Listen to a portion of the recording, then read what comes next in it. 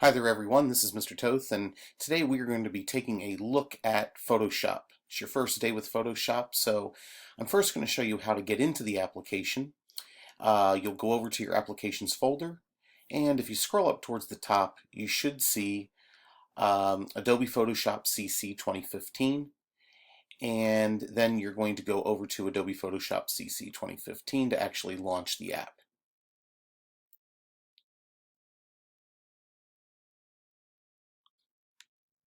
Now that the app is launched, the first thing we're going to do is we're going to just discover a little bit of some of the items that are listed here.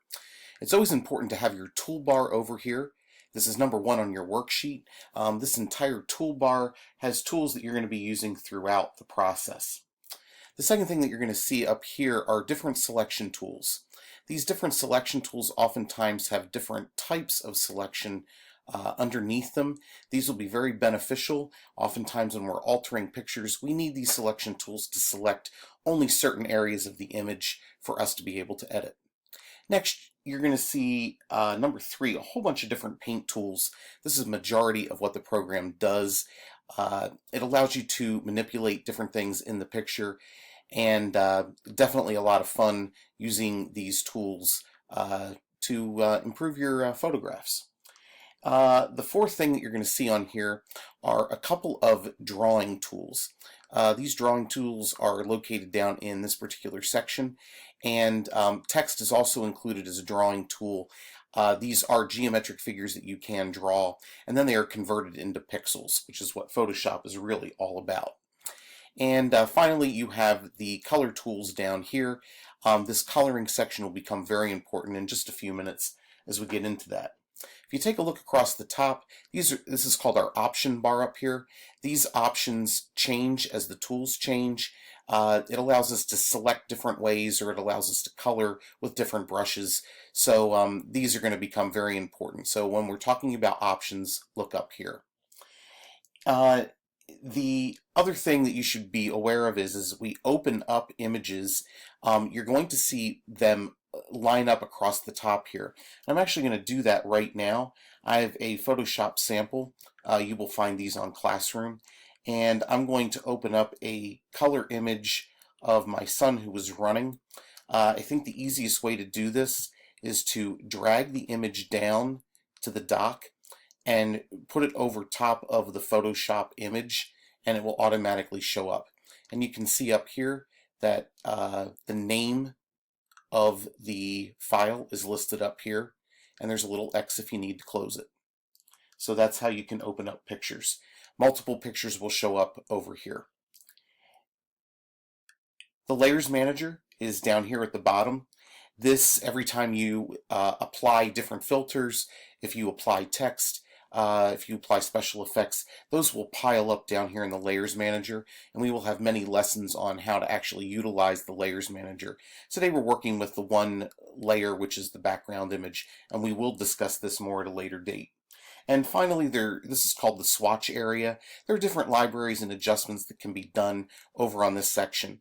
Most of my teachings, I will be utilizing the tools, however, over on the left side, and I will also be using the menus going across the top, as well as the options up here in the option bar. So, first of all, Photoshop, the purpose of this is really to create and manipulate the pictures and photos.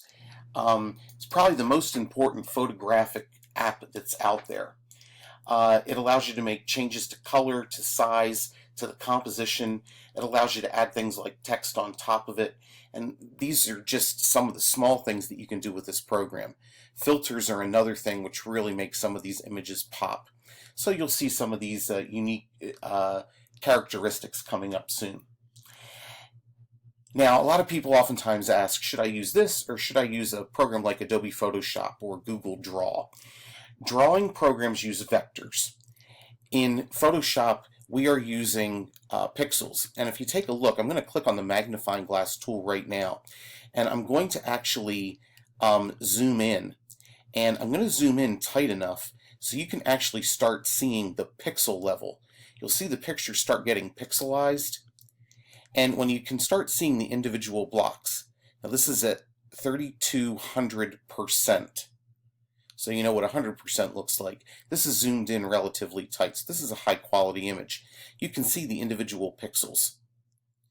If you want to zoom back out, hold the Option key down on your keyboard while you click on that tool, and you can go back to a normal size. Okay, so that's just, here you go. I can also do the Option. You'll notice it's a plus when you enlarge it, and when I hold down on the Option, it's a minus, and it will allow me to go backwards with that. Okay, so here we are. We have discussed how to open an image. We discussed a little bit about zooming in on images. You can also see down here, it says 33 1/3%. That just basically lets you know what zoom level you're at. 100% with this image would be very, very big. And I've also added in the rulers. The rulers can be found in the View menu. This is good if you're doing something for a specific size. And when the rulers are applied, you can tell that this is 46 inches wide and about 72 inches or so high. So this would be almost like a billboard sized, very, very large poster sized document. To make changes to the image size, you can actually go in to Image.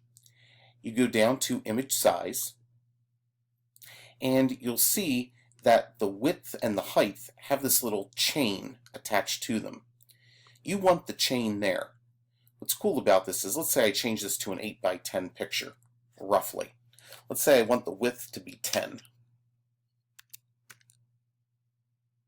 You'll notice it changes the height automatically.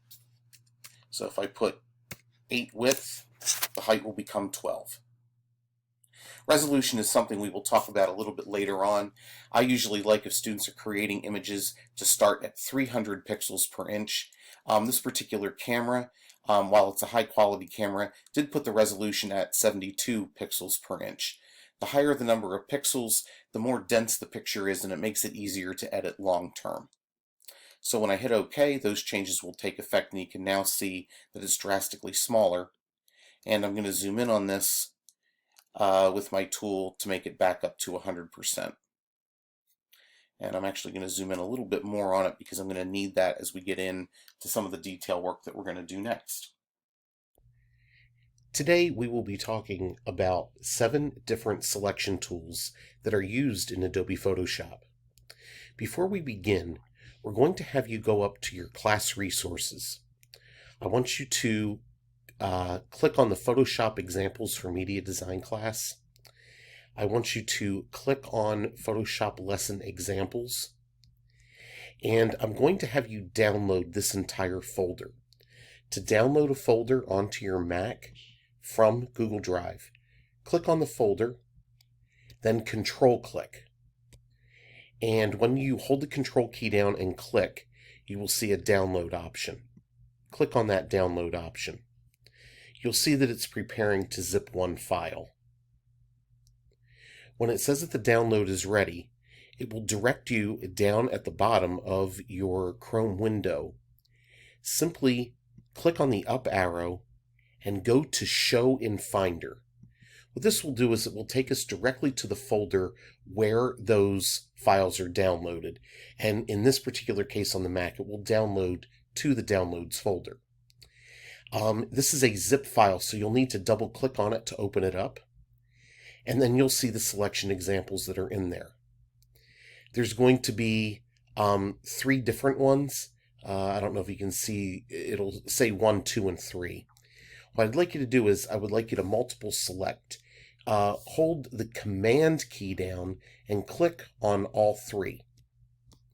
Then what you'll do is, you'll drag one of them all the way down to Adobe Photoshop, drag over top of it, and the pictures will open up. Now, we want to start with the first selection tool. So the first selection tool video is going to be, or picture, is going to be this particular figure.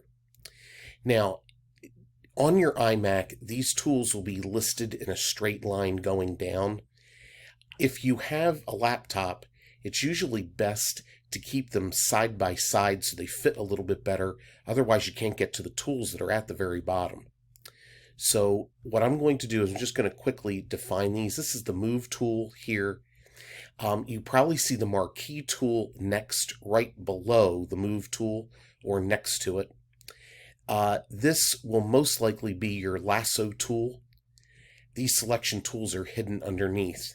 And over here, you may have the Quick Select, the Magic Wand, or the Object Selection tool located on the top of the pile. I'm not sure which one it will show up on yours, but just so you know where these three are, and we'll be using each of those today. We're going to start with this concept, and that is if you can select in Photoshop, you can do anything.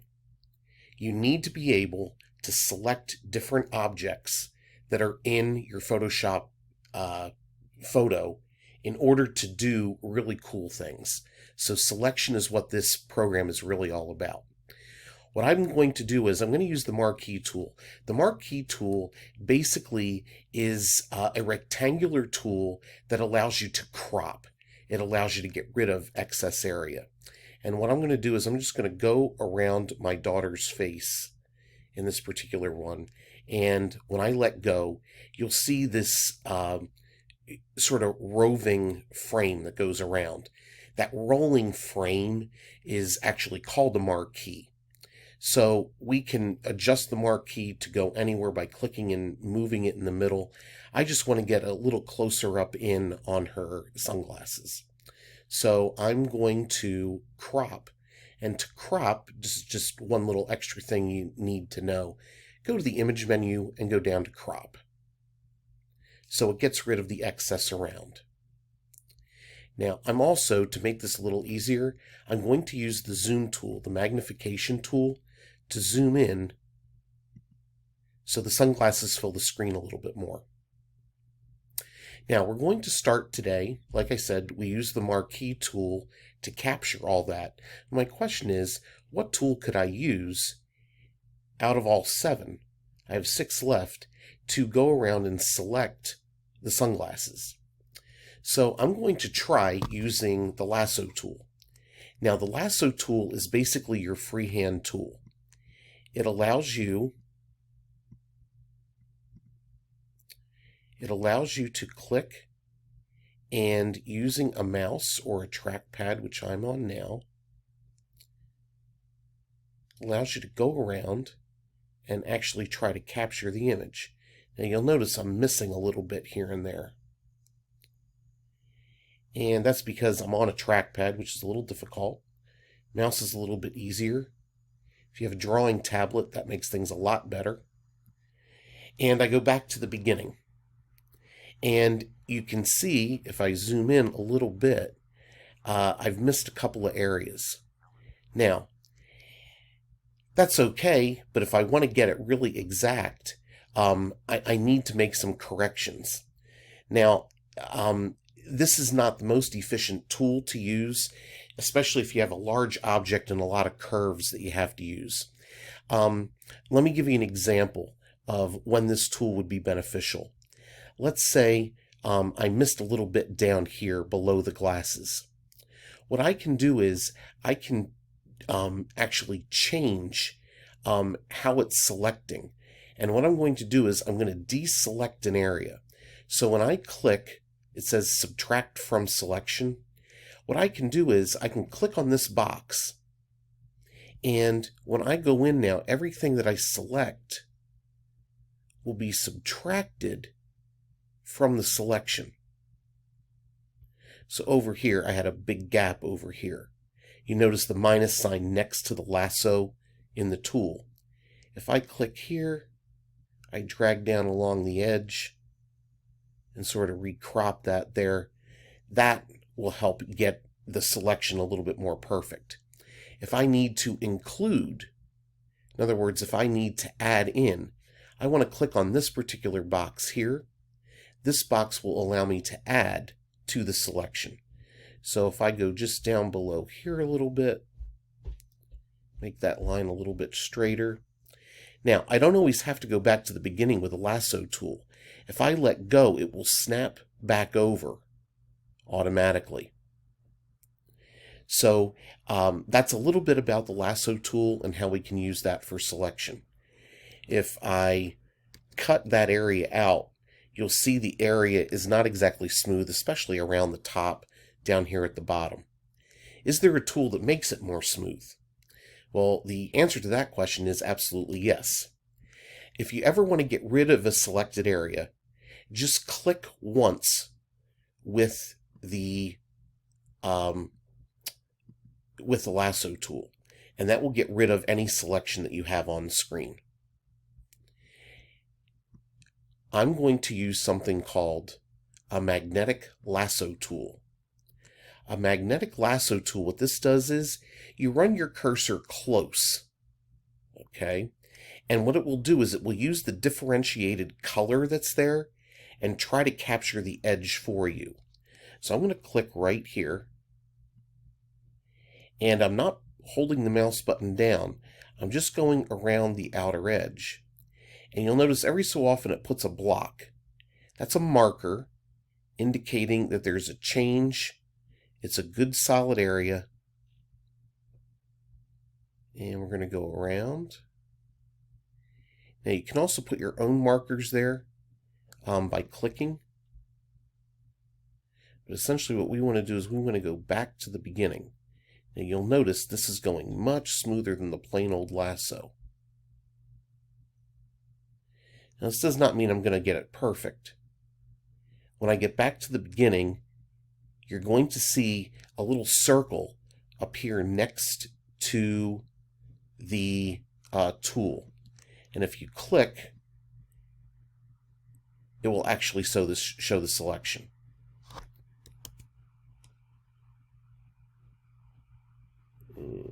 Here.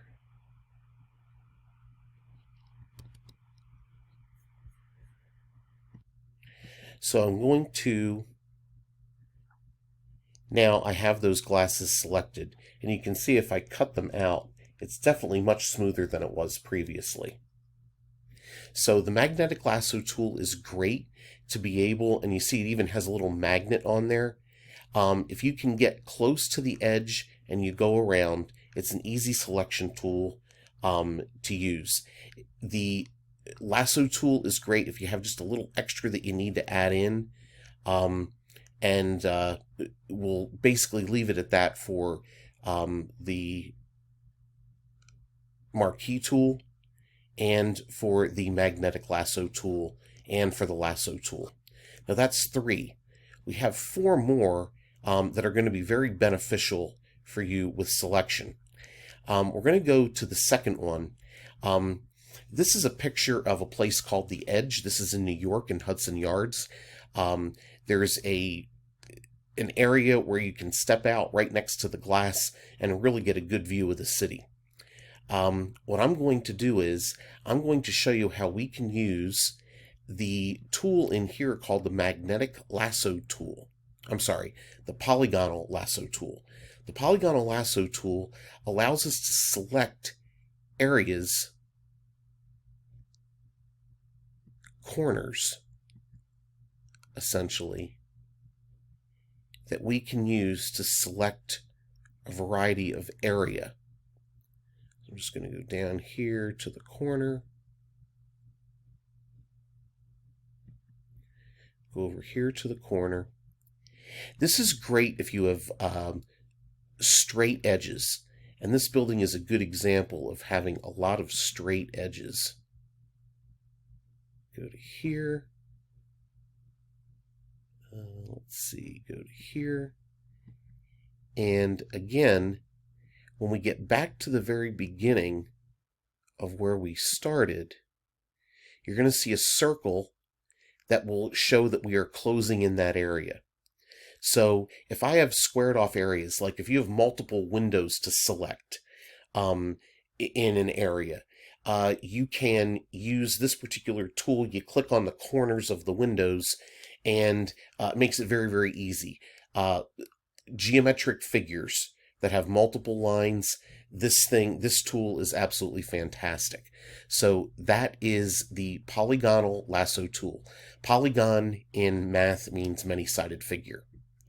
Now, I'm going to click off of here with the lasso tool because I don't want anything selected at this point. I want to show you another tool that we can use to do a quick selection. And I'm going to show you the magic wand tool. Now, the magic wand tool, it looks like a little wand and it has little stars on it, okay, around the right side of it.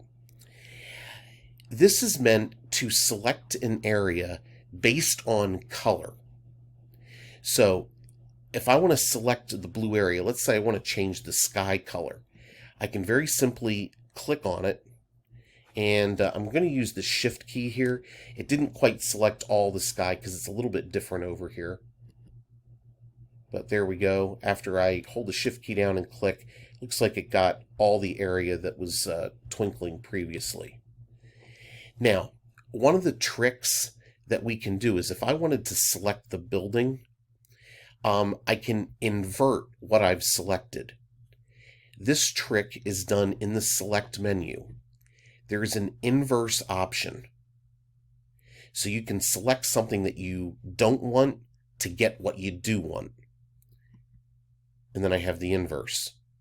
So with 1 or 2 clicks, I was able to select the whole sky, and with inverse, I was able to get the whole building. Now the question is, which is easier? Is it easier to use all of the clicks that were needed using the polygonal lasso tool, or was it better to simply click a couple of times in the background area here and do an inverse to get what we wanted? That's really up to you. It depends on what you feel is easiest.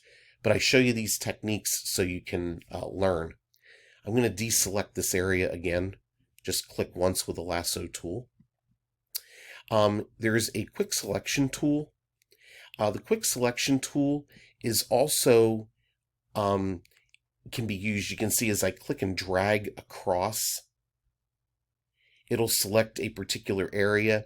It usually bases it on color. Now you'll notice up here at the top of the building, it didn't quite get it. What I can do is I can go back in with the plus and the minus up here.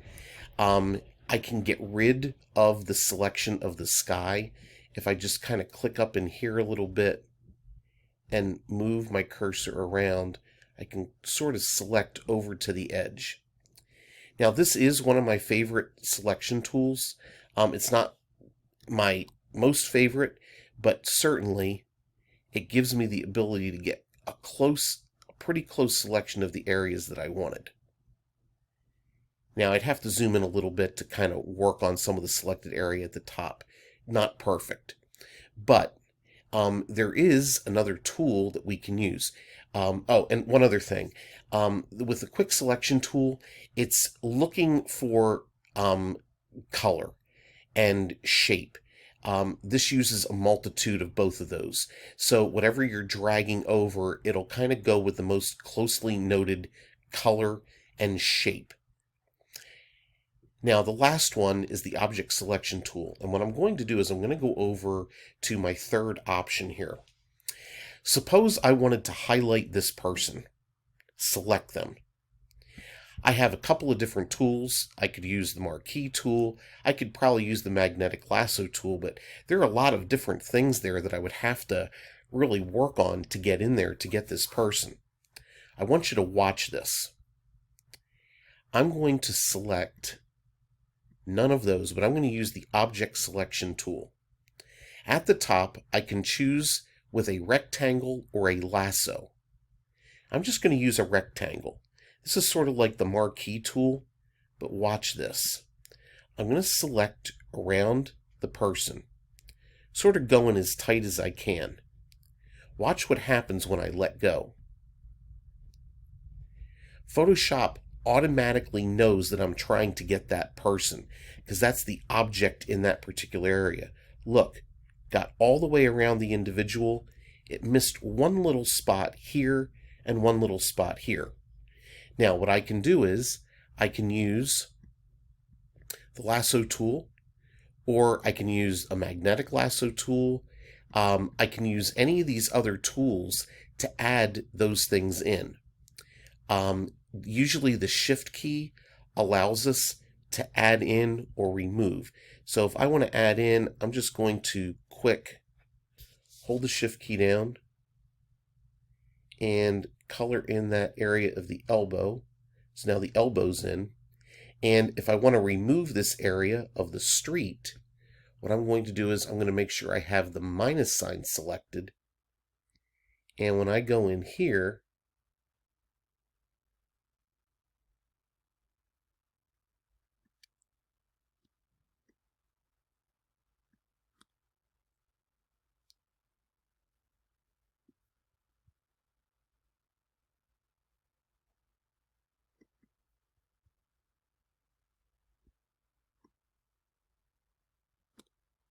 that's odd. I'm just going to use, it should work with the,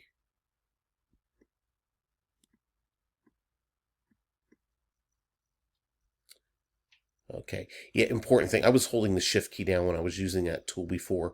Don't hold the shift key down. So this will get rid of that excess area there around the person's head. And there we go.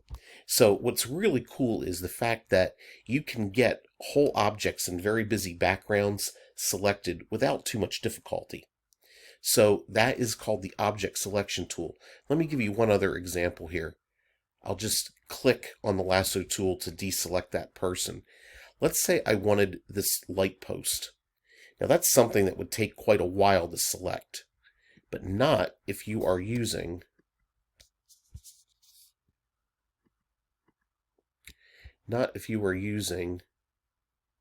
this tool. Watch this. Object selection tool. I want to select the light post down to here. So it analyzes the picture, and look, just by clicking and dragging across that, it gets the whole lamppost. If I want to add the West 25th Street, the one-way, the walking sign, and the stoplight, watch, all I have to do is hold the shift key down and click around those images, and it will add them to the selection.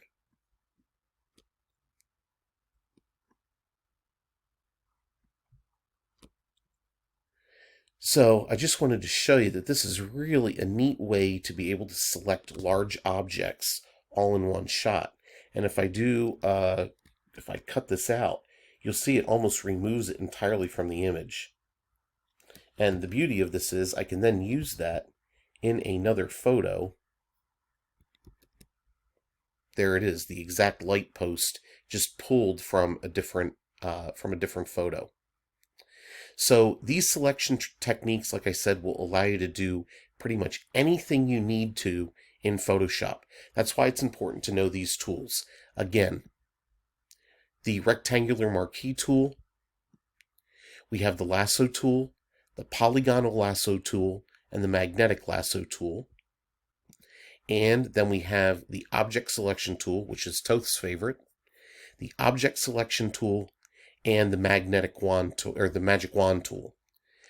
Let's talk about the coloring tools that we have available. There are 4 basic tools down here. There's a foreground, which is currently purple. There's a background, which is white. There is a swap tool. When I click on it, it will swap the foreground and the background. That comes in handy sometimes. And then we have the default tools.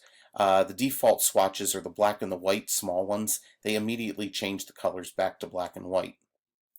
If I was looking to do a color like Cavalier Purple, if I want to change the color of his jersey, I'm going to click on the foreground color and it will select the color picker for me.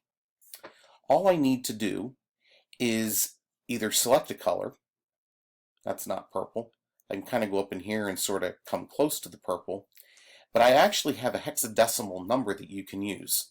This is something you'll want to remember. This is a media design staple since 1999. The color is 660099. Click on OK, and you now have Cavalier Purple. White is going to be 6 Fs. If you want black, it's 6 zeros. So there you have it. That's how you can change colors between the foreground and the background. In a couple of minutes, you're going to watch a second video. The second video will discuss the color replacement tool, and we'll be using my son's cross-country picture as an example to utilize. We'll change his uniform from maroon to purple.